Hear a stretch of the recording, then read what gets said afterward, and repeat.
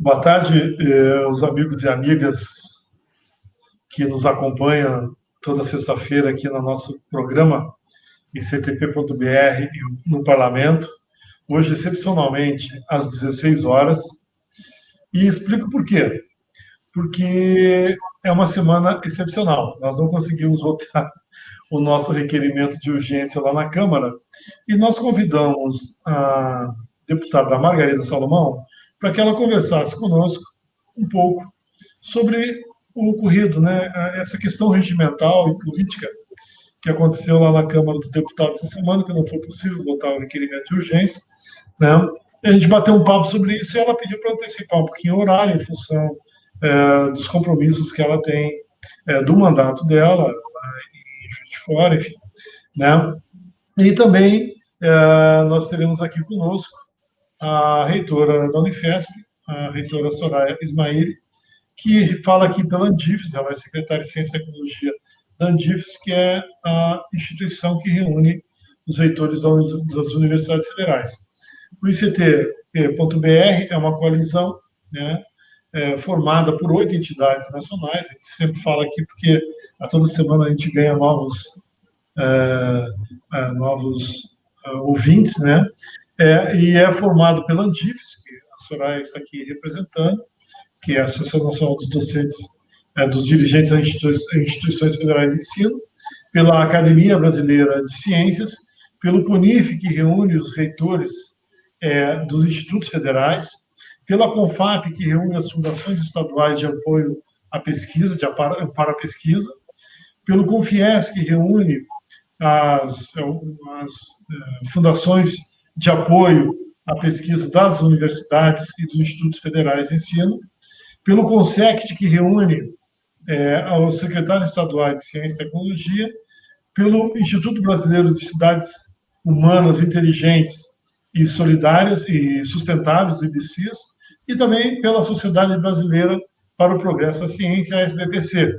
E a nossa ideia aqui sempre é bater uma bola, né, sobre política e ciência, né? Então, hoje nós vamos conversar especificamente sobre 2 assuntos. Primeiro, o pedido de regime de urgência à votação do PLP 135, que trata das questões da mudança do caráter do Fundo Nacional de Desenvolvimento Científico e Tecnológico, o FNDCT, e também sobre o orçamento da União para 2021. Para começar a nossa conversa, passar a palavra para a reitora Soraya Ismail, né? Vai dar uma boa tarde e começar a nossa conversa, depois a gente passa a bola para essa grande atacante da política brasileira, nossa querida deputada Margarida Salomão. Soraya, contigo.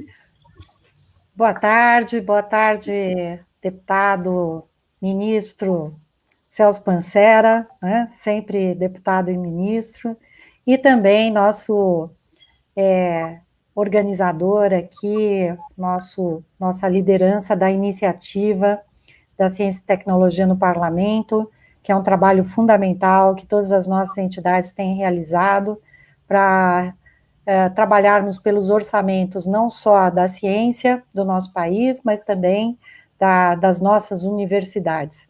Eu quero cumprimentar especialmente a nossa deputada Margarida Salomão, reitora, sempre reitora também, Margarida Salomão, e que está sempre nos ajudando em muitas das nossas ações, atividades, junto ao Parlamento, como deputada federal, e também como liderança e coordenadora da Frente em Defesa das Universidades Federais.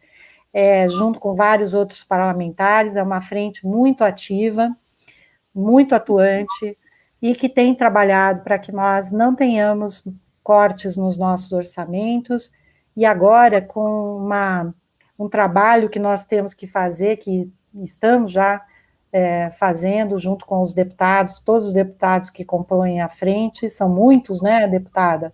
Muitos. Que atuam para que a gente recomponha os orçamentos de 2021, os orçamentos das nossas universidades, que já se apresentam com cortes no orçamento, e que nós queremos tanto garantir a continuidade dos nossos trabalhos, das nossas atividades, além do PL 135, que é um trabalho que estamos muito focados também, todas as entidades atuando conjuntamente, para que ocorra a votação na Câmara dos Deputados e tendo sido já aprovado no Senado.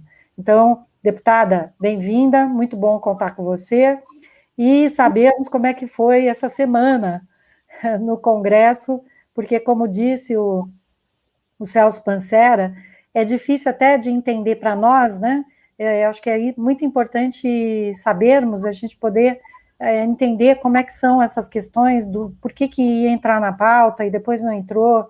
Então, a gente precisa entender tudo isso para podermos atuar conjuntamente também.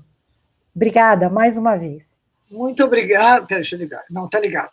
Obrigada a você, reitora Soraya, de uma das maiores e mais bem conceituadas universidades brasileiras, que é a Unifesp, meu querido amigo, ministro Celso Pancera, um lutador incansável em defesa da ciência, da tecnologia, da educação brasileira.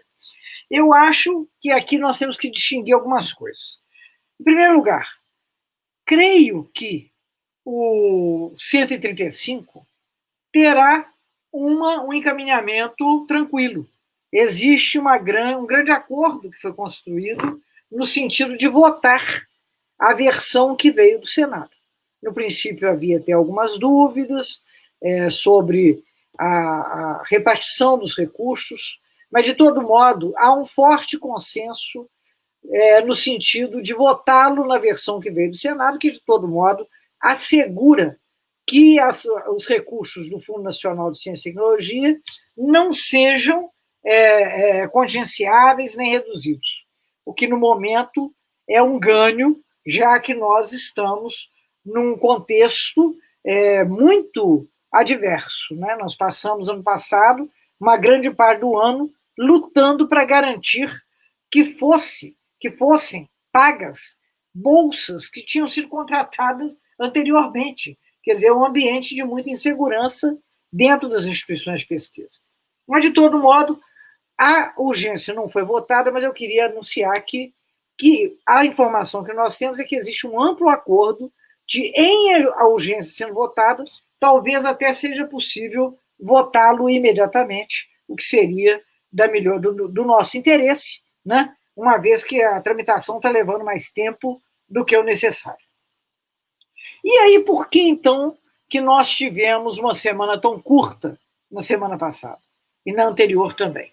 Bom, primeira coisa é a cena política. Obviamente, as eleições municipais, que acontecerão daqui a 6 semanas, impactam diretamente os parlamentares. Então, os parlamentares estão também envolvidos, ou diretamente, aqueles que são candidatos, mas nem é um número tão grande assim. Agora, de toda forma, os parlamentares estão interessados nas eleições, nas suas bases. Então, como essas semanas foram semanas muito corridas do ponto de vista de definição de alianças, de definição de candidaturas, isso, sem dúvida nenhuma, incidiu também na dinâmica da Câmara. Mas havia expectativa de que, nós tivemos a nossa reunião na terça-feira, que na quarta nós tivéssemos uma reunião do Congresso para votar os vetos. E não houve essa reunião do Congresso desmobilizada pelo governo. O governo não encontrou consenso suficiente do ponto de vista de garantir alguns vetos, porque o governo sempre negocia, que alguns vetos podem ser derrubados e outros o governo faz questão. Então, como havia um rumor dentro da sua própria base, então, aí, por essa razão, nem tivemos reunião da Câmara, nem tivemos reunião do Senado, do Congresso. A expectativa é que nessa semana, terça-feira, a gente consiga votar a urgência. Então, esse é o quadro, e não é um quadro ruim. O que eu acho que está impactando fortemente toda a dinâmica da Câmara, e aí está o Pancera, que foi deputado com mais de mandato e tinha muita capacidade de circulação dentro do parlamento, é que nós estamos às vésperas de uma eleição à presidência da Câmara. Então, é lógico que você tem blocos se desmanchando. O bloco que era liderado pelo Rodrigo Maia, hoje, certamente, está rachado no que diz respeito a definir a presidência. O governo federal tem interesse direto em intervir na eleição da presidência, porque o presidente... A Câmara é muito curiosa, a Câmara é quase monárquica. O presidente da Câmara é quem faz a pauta, tá certo? Então, por exemplo, se um projeto como o 135 vai entrar ou não, isso depende, em grande parte, do entendimento do presidente da Câmara. Então, isso não é uma posição apenas honorífica, é uma posição de muito poder, né? Muito poder mesmo. Nós vimos aí, no passado recente, a capacidade de intervenção de um presidente da Câmara na presidência Eduardo Cunha, né? Que teve um desdobramento forte na história do Brasil. Eu não sei se o Eduardo Cunha não fosse o presidente da Câmara, se nós teríamos chegado a votar o afastamento da presidenta Dilma, né? Então, por essa razão, o Pancera me pediu que eu fizesse aqui um mapa breve e objetivo, então eu quero dizer a vocês, não tem nada a ver com a substância do 135, tem a ver com o ambiente da Câmara que, de fato, interferiu para que não acontecesse a votação da urgência na semana passada. Deputada, eu conversei com algumas pessoas da Câmara, a gente deixa algumas amizades lá dentro e tal, e nós tivemos uma informação que estaria sendo organizado para a semana que vem, uma semana de trabalho bastante intenso. Uhum. É para conversar, inclusive. E na outra semana, como tem o feriado do dia 12, que é um feriado de forte conotação cultural do Brasil, que é religioso, que tem muito peso na realidade brasileira, conjugado com o processo dos municípios, não teria sessão na Câmara. Sim. Né? Então, isso é uma informação que eu obtive com algumas consultorias e alguns deputados. E a outra informação que eu obtive, que é muito importante, é essa questão do projeto 4199, que é aquele da cabotagem, né, que ele libera a cabotagem brasileira, né, para as empresas... Cabotagem é a circulação de navios dentro dos rios brasileiros, né? Dentro da fronteira brasileira. Que libera, né, o acesso de empresas estrangeiras de cabotagem, e que esse projeto sofre forte resistência, não só da oposição, como também de setores nacionalistas que compõem o governo atual, e que isso seria um grande impedimento também para liberar a pauta para votar o regime de urgência, não só o regime de urgência do nosso projeto, mas também de outros projetos que estão na pauta, né? Por exemplo, nós temos, antes da votação do nosso requerimento de urgência, que é do deputado Alessandro Molon, líder do PSB, que conta com o apoio de 327 deputados, né? Ou seja, 327 deputados, tem 3 outros pedidos de requerimento de urgência, né? E que isso, se o governo não retirar esse regime, urgência constitucional, que o governo pode pedir e tranca a pauta... De cabotagem, né? De cabotagem, não consegue votar lá. Então, também se vê que nós temos um conjunto de ações aí que envolve também uma crise do próprio governo, uma dificuldade do próprio governo de organizar a base dele para impor uma maioria e votar, né? Como é que você vê isso lá dentro? Como é que está isso lá dentro da Câmara, né? Hoje, como é que está esse quadro? Está público, né? Você teve essa semana um confronto em termos pouco usuais entre o presidente da Câmara e o ministro da Fazenda, né? Não é usual o presidente da Câmara referir-se ao ministro da Fazenda como um pouco desequilibrado. Então, você tem um quadro complicado dentro do próprio governo. Aparentemente, o ministro da Fazenda, Posto Ipiranga, está sofrendo, né, uma redução na sua influência, até muito esperavelmente, porque propostas que vêm sendo feitas por ele são propostas muito difíceis de serem sustentadas politicamente, mesmo pela base conservadora do governo Bolsonaro. Então, eu acho que esse é um outro elemento, Pancer. Agora, e você sabe perfeitamente também, como essa reunião está prevista para terça-feira, essa que está com a pauta publicada, até terça-feira tem muita água para rolar. Inclusive, uma expectativa de negociação com o governo, para não entrar com essa urgência constitucional, porque, como você mesmo avisou, falou, esse não é um assunto pacífico, inclusive dentro do governo. Né? Porque, por exemplo, do ponto de vista da segurança nacional, é uma coisa discutível, né? Você permitir que empresas estrangeiras tenham acesso aos nossos portos, digamos, aos portos nacionais, né? Aos portos fechados. Então, isso também é um elemento que está interferindo. O que eu acho que nós deveríamos também ressaltar aqui é que a ação parlamentar, no sentido da recomposição dos orçamentos das universidades e do Ministério de Ciência e Tecnologia, está indo bem. Então, acho que isso é um ponto importante. Tá certo? Eu acho que entramos agora num assunto interessante, né, reitora? Acho que a Soraya poderia... Estou vendo que está aí o Eduardo Modena, reitor do Federal de São Paulo, outros amigos aí, mas o Modena sempre com a gente. Modena representando o CONIF. Na nossa próxima live, né? A entidade que vai representar o ICTP será o CONIF, né? Que a gente tem um rodízio de entidade. Mas, assim, eu acho que a Soraya poderia, né, reitora, entrar nesse assunto do orçamento, né?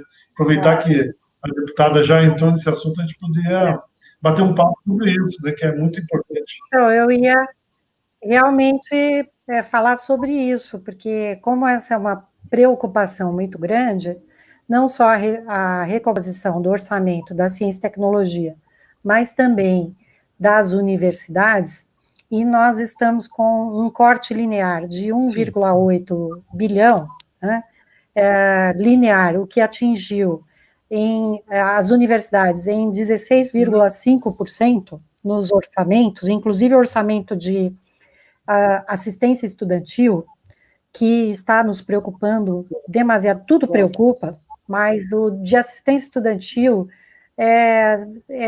realmente não tem como nós pensarmos em cortes na assistência estudantil, nós precisávamos ampliar, claro, porque os estudantes nós não podemos ter mais evasão. Nós sabemos que no setor privado já está tendo uma evasão enorme gigantesca por conta das questões econômicas, por conta das questões da pandemia. Então, nós temos que garantir que os nossos universitários que estão no sistema público não evadam também.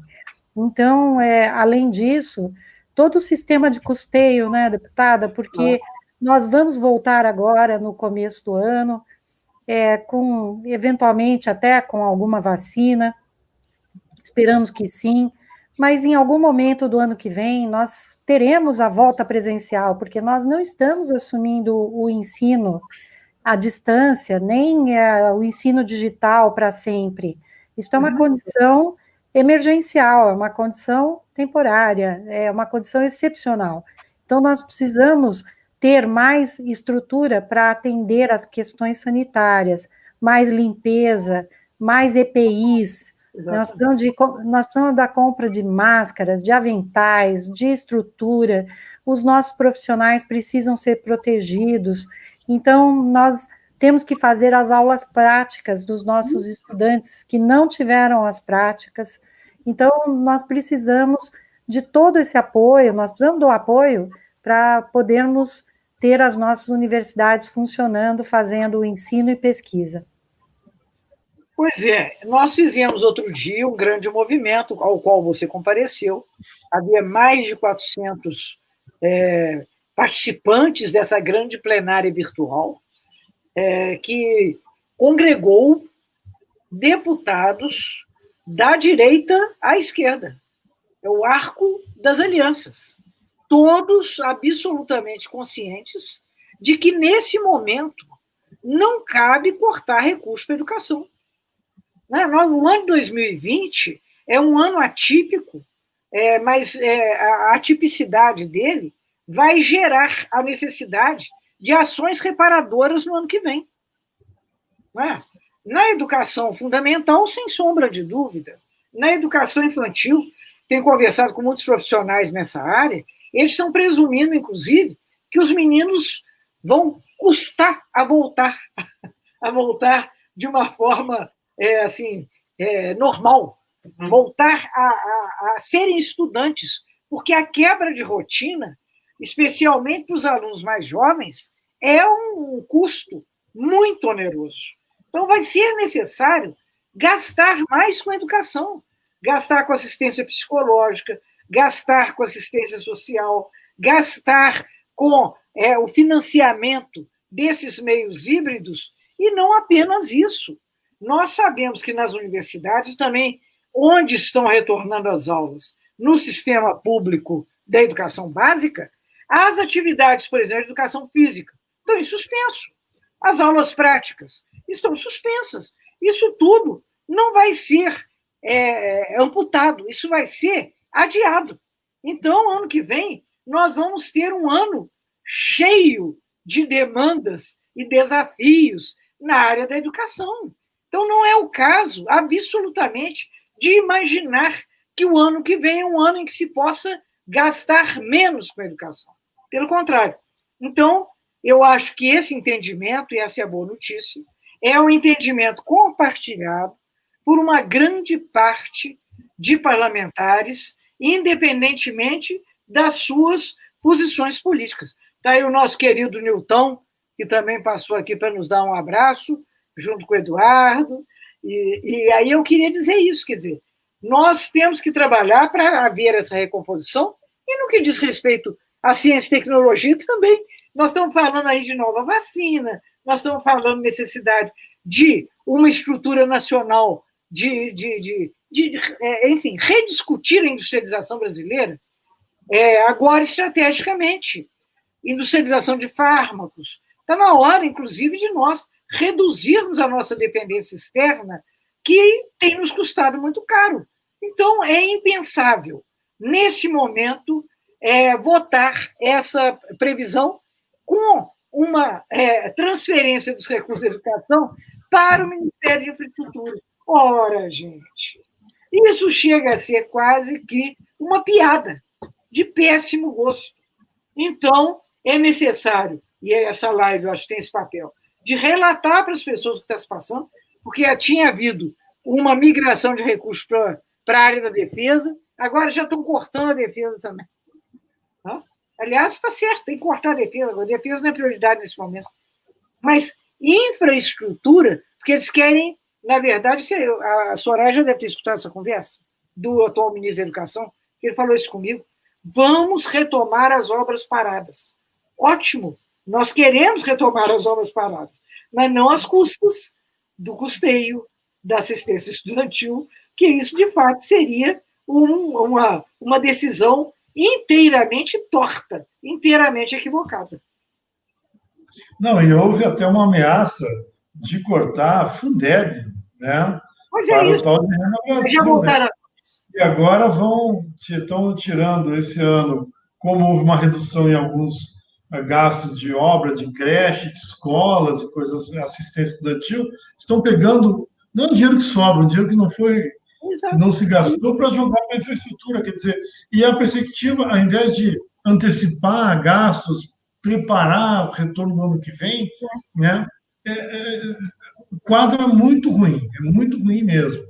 Né? E a gente fica aqui à distância, né? Até com uma dificuldade, porque o ano passado, né, Soraya, a Margarida estava lá também, nós fomos para Brasília, fizemos caminhadas dentro de Brasília, eventos, a Marcha para a Ciência, entregamos abaixo-assinado, fizemos uma série de ações e a gente fica até com dificuldade, até de mobilizar. Eu participei lá como assistente daquela grande marcha que as frentes parlamentares organizaram com as universidades. Realmente foi um evento extenso, muito combativo, com parlamentares de diversas tendências políticas. A gente viu ali de todas as matizes, né? É bom porque você vê que é uma pauta que sensibiliza o parlamento e mobiliza uma parte significativa do parlamento. Agora, é um problema sério porque o governo que é o demandante das ações, vamos dizer assim, né, quem deveria estar impulsionando as ações do parlamento, não, joga para trás e a sociedade tem que pressionar o parlamento tem que se organizar e pressionado pela sociedade para tentar resgatar o mínimo de funcionamento. Nós tivemos aqui a semana retrasada uma conversa com a deputada Tabata Amaral, que está relatando a PEC 24, que é outra coisa muito importante, que tira as receitas próprias das universidades. Do alcance do teto, né, que é outro problema. É a mesma coisa que o 135, né? Ele tira o recurso do FNDCT do alcance do teto, porque ele passa a ser uma conta, né, entrar em outra conta orçamentária que não fica no alcance do Tesouro Nacional e sai do alcance do teto. São tentativas, né, que a comunidade científica, tecnológica, junto com o parlamento, tenta criar para fugir dessa situação, né? Mas é realmente muito ruim, porque a gente não consegue ir até Brasília para fazer isso, para fazer essa conversa no olho a olho, né? Dialógica, né, com as pessoas, e temos que criar... Eu acho que vamos ter que fazer reuniões virtuais, que de todo modo são muito efetivas, ao vivo, se for o caso, com a Comissão do Orçamento. É isso. Nós vamos ter que fazer essas reuniões das frentes, da iniciativa, da Andifes, nesse primeiro momento, com a CMO, com a Comissão de Orçamento, mista de orçamento, né? Comissão mista de orçamento, que envolve senadores e deputados, e eu estou vislumbrando uma possibilidade boa de conversar lá. Eu acho que se tiver que fazer esse aporte de recursos para obras, isso não pode ser feito às expensas da educação, definitivamente. E nós estamos vivendo uma situação complicadíssima. Por exemplo, nesse momento, está estrangulada a Embrapa.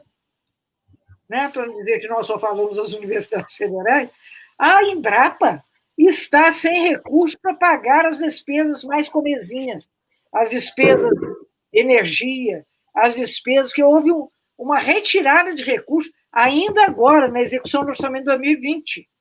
Tá? Então, é de fato uma situação muito adversa, muito preocupante, e eu não vejo outra forma de operar além da mobilização da sociedade, de fato, intervir sobre o Congresso, sobre os deputados, as suas bases, os reitores paulistas, as Embrapas paulistas vão atrás da bancada de São Paulo, os outros vão atrás da bancada de Minas Gerais, assim vai. É o que nós vamos ter que fazer.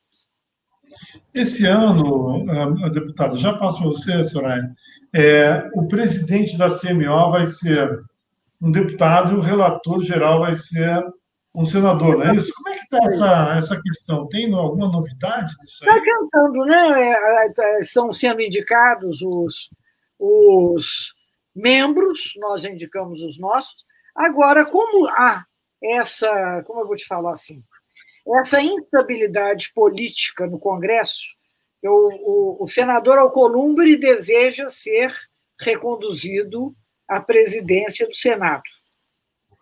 O deputado Rodrigo Maia quer intervir na sua sucessão. Se ele pudesse, eu acho que ele encaminharia a sua própria candidatura, mas hoje isso não é possível. Então, isso tudo, você sabe, Pancera, que não é coisa que se resolva de uma forma simples. Não é trivial. Soraya? Não, o que eu ia dizer era exatamente falar um pouco sobre isso, sobre a relatoria da Comissão Mista de Orçamento, e também dessa impressão que a deputada comentou aqui com a gente, de que existe uma uma mobilização de deputados de um amplo arco, né, espectro de ações, de atuações, e que existe essa disposição, assim, então a deputada está sentindo que existe esse movimento e esse ambiente que está se fortalecendo para que não haja limitações para a saúde, a educação e a ciência e tecnologia. Porque, veja você, Soraya, a rigor, nós vimos estar discutindo era uma ampliação do orçamento para a educação. Né? E, nesse momento, nós estamos falando agora em recomposição. É o tal bode na sala, né? Que aí você tem que gastar toda a energia para tirar o bode. E não para melhorar a sala. Não para melhorar a sala. Não é verdade? Nós estamos aí puxando o bode. É isso que nós estamos fazendo. E o bode desse ano são 900 milhões a menos que o ano. O bode para o ano que vem é 900 milhões a menos que o desse ano, que já era insuficiente. Então, é um bodão, né? Olha, o Emenda Constitucional 95 vai tornar inviável a elaboração do orçamento. Certo? Aliás, eu acho que nós estamos, neste ano, experimentando plenamente esse limite. Claro que há essa situação também do presidente da República querer se reforçar do ponto de vista da sua popularidade, e aí ele entende que isso significa entregar obras. Então, há também esse movimento. Mas o que eu acho que é mais importante de tudo mesmo é esse limite artificial, esse limite mutilatório que está impedindo que nós consigamos, de uma forma mais natural, fazermos funcionar o Estado brasileiro. As entidades se reuniram, nós fizemos uma grande reunião semana passada, deputado. São 20 e poucas entidades, né? Com 2 pontos de pauta. Primeiro, tirar um manifesto comum em relação ao 135, que foi possível e já foi enviado, né, para os deputados e para o presidente Rodrigo Maia. E o segundo, construir uma mobilização, né, em função em torno do Congresso, né, do orçamento. Nós tiramos alguns parâmetros já, depois eu queria até que a reitora Soraya comentasse, e estamos construindo, na verdade, estamos recolhendo assinaturas de entidades agora para enviar para o parlamento. Quais são os parâmetros assim, que a gente está trabalhando?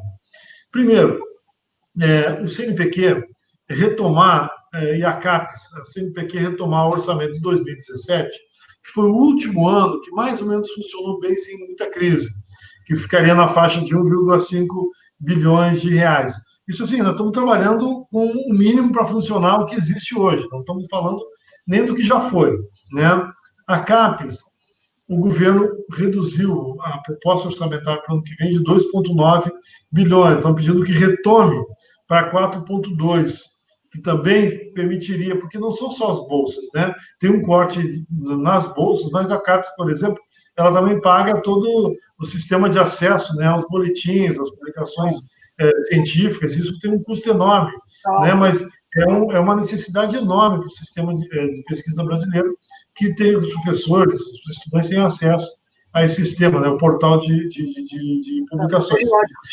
Para os MCTI, a queda é enorme, assim, o Ministério da Ciência e Tecnologia é inviabilizado, ele cai o orçamento dele de não verbas, recursos não, o que não é discricionário, né? Para 2,7 bilhões. É simplesmente impossível. Significa o INPA não fazer, por exemplo, a Olimpíada de Matemática, a OBMEP. Não vai ter dinheiro com esse orçamento, né? E para o MEC, que cai, as verbas discricionárias do MEC caem para 18 bilhões de reais. É um número simplesmente insustentável, né? Então, também estamos pedindo para que retome os valores de 2017, né? Então, nós estamos construindo essa carta, na verdade, já está construída, nós estamos finalizando, formatando ela do ponto de vista da redação, para recolher a assinatura das entidades e enviar semana que vem para o parlamento, né? Dizendo quais são as nossas reivindicações, o mínimo para que o sistema funcione. Eu vou passar a palavra para a reitora que vive isso, né, Soraya, esse debate dentro do Andif, né, vive na pele, porque é reitora e sabe o que é isso no dia a dia de uma grande universidade pública, né, de referência, inclusive internacional, quem conduz o processo de vacina, da principal vacina aposta brasileira em vacinas hoje, é a vacina que é da Universidade de Cambridge, né, que é o convênio com a Fiocruz, e que a Unifesp está conduzindo esse processo aqui dentro do Brasil. Então, passar para o Soraya, que ela tem muito mais a falar do que eu, né, mas a gente sempre fala bastante, né, de qualquer maneira. Imagina. Soraya, querida, e Celso, eu vou ter que me retirar. Estou aqui recebendo uma ligação atrás da outra, estou com a agenda política turbulenta. Então, talvez seja melhor, não sei, Celso Pancera, deputada, acho que a gente queria, o que a gente gostaria de falar hoje, né, com a deputada, foi muito importante, né, até muda um pouquinho aqui para a gente também fazer essa despedida aqui da deputada.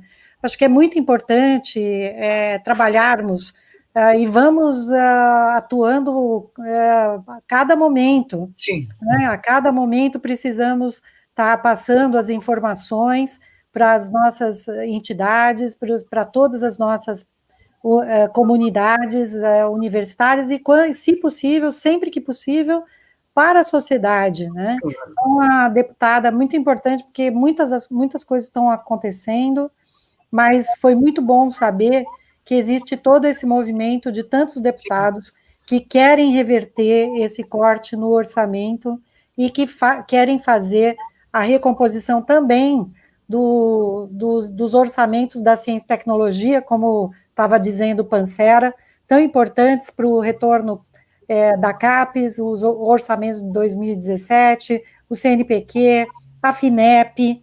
A FINEP tem um papel fundamental, nós precisamos retomar isso, e nós precisamos colocar a nossa ciência sempre a serviço da nossa sociedade. Então, é muito importante, tomara que essa semana, agora que entre, a gente consiga desbloquear as coisas lá, né, Pancera?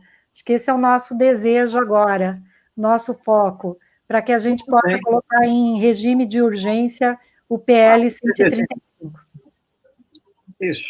Então, eu quero me despedir de vocês, agradecer mais essa oportunidade aí de troca de opiniões e de sentimentos, né, num quadro tão complicado como esse que a gente vem enfrentando, e, obviamente, colocar o nosso mandato também à frente parlamentar em defesa das universidades, que é uma interlocutora frequente de vocês, nessa luta para que a gente, dentro da comissão mista de orçamento, já conquiste a nossa primeira vitória, que fazendo isso facilita enormemente a nossa definição no plenário. Tá bom? Um grande abraço para vocês, bom final de discussão e um bom final de semana também. Tchau, gente. Obrigado, deputada. Até a próxima. Até a próxima. Obrigado, Soraya. Até a próxima. Obrigada.